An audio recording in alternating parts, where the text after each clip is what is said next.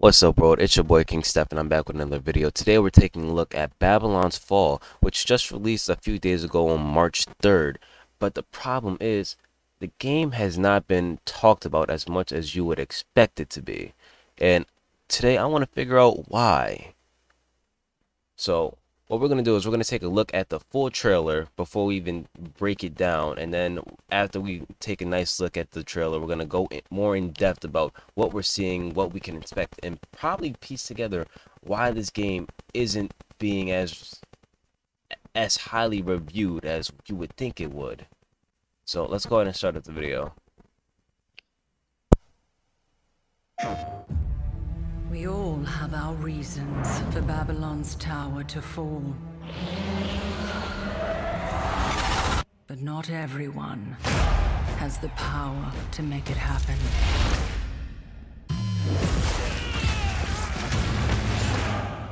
You do.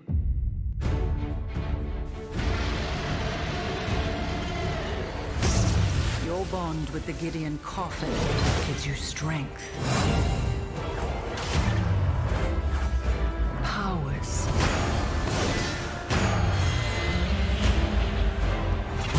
Control. The only thing you can't do is go back.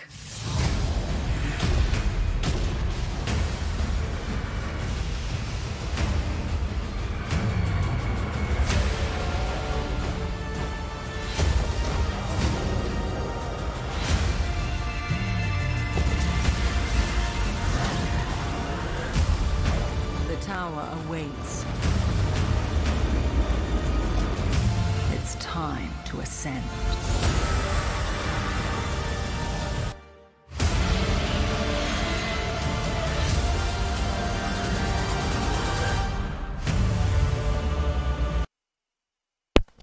Alright, so from what I can tell, this looks like it's going to be a great game, but for some reason it's still being seen as one of the most underrated games of 2022 so far, considering that it's just been released. Maybe it just needs more time for people to actually get out there and play it for themselves. But so far it's been rated at least 2.5 out of 5, which is, it's not promising. It doesn't make you want to go ahead and spend $60 of your hard-earned money just to play this game. So let's go ahead and get more in depth with this. This is my first time seeing this trailer, so I'm really gonna take my time to piece together what we can see and what we can expect. I am telling you guys this now. We are going to be doing an actual Babylon's Fall gameplay. I already have my order shipped in the mail right now, so I should be getting that in the next 2 to 3 days. But I'm still confused as to why people aren't recommending this game. We all have our reasons for Babylon's tower to fall. But not everyone has the power to make it happen.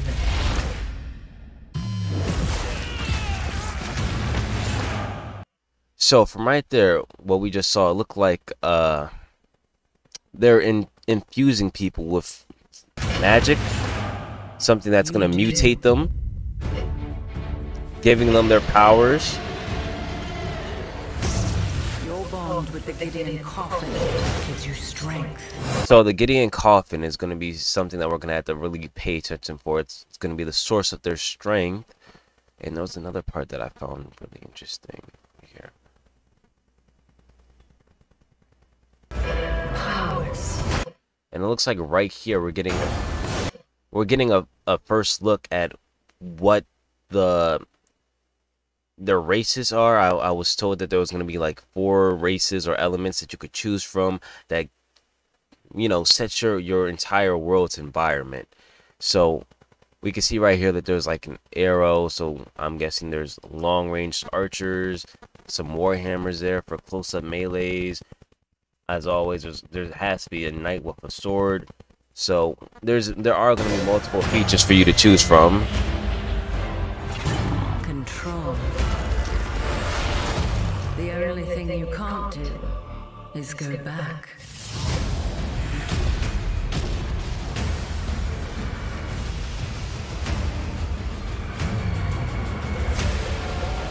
So this right here, this scene just makes me think that there's going to be a lot of dungeons involved in this game. More like the Breath of the Wild style, how there's the shrines that you have to enter and you have to figure out your way around the structure to get to the spirit orb from the monk. And that's what I expect from this scene right here, that there's going to be dungeons, there's going to be puzzles, you're going to have to figure your way out. You're not just going to walk into a room, fight a boss, and it's going to be it. I feel like there's way more to it that you're going to have to figure out and do.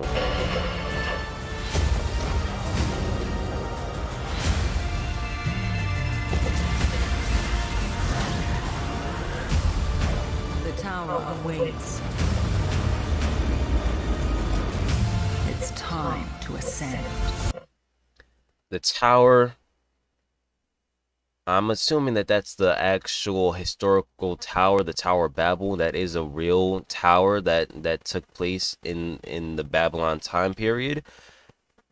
But the question is the goal to reach the top of the tower to complete the game? And if so, with these races, I know that there's some games like the Sword Art Online series games where if there are different races, you would have to ascend to the highest floor, or for in this case the top of the tower, with your race to complete the game and to claim that that race is the victorious, you know, the one that's the greatest because they actually made it to the tower before anyone else. Kind of like how the US and China had their differences on who was going to make it to the moon first. If you can make it to the moon first, you're the greatest country. So that's what I'm getting from this right here.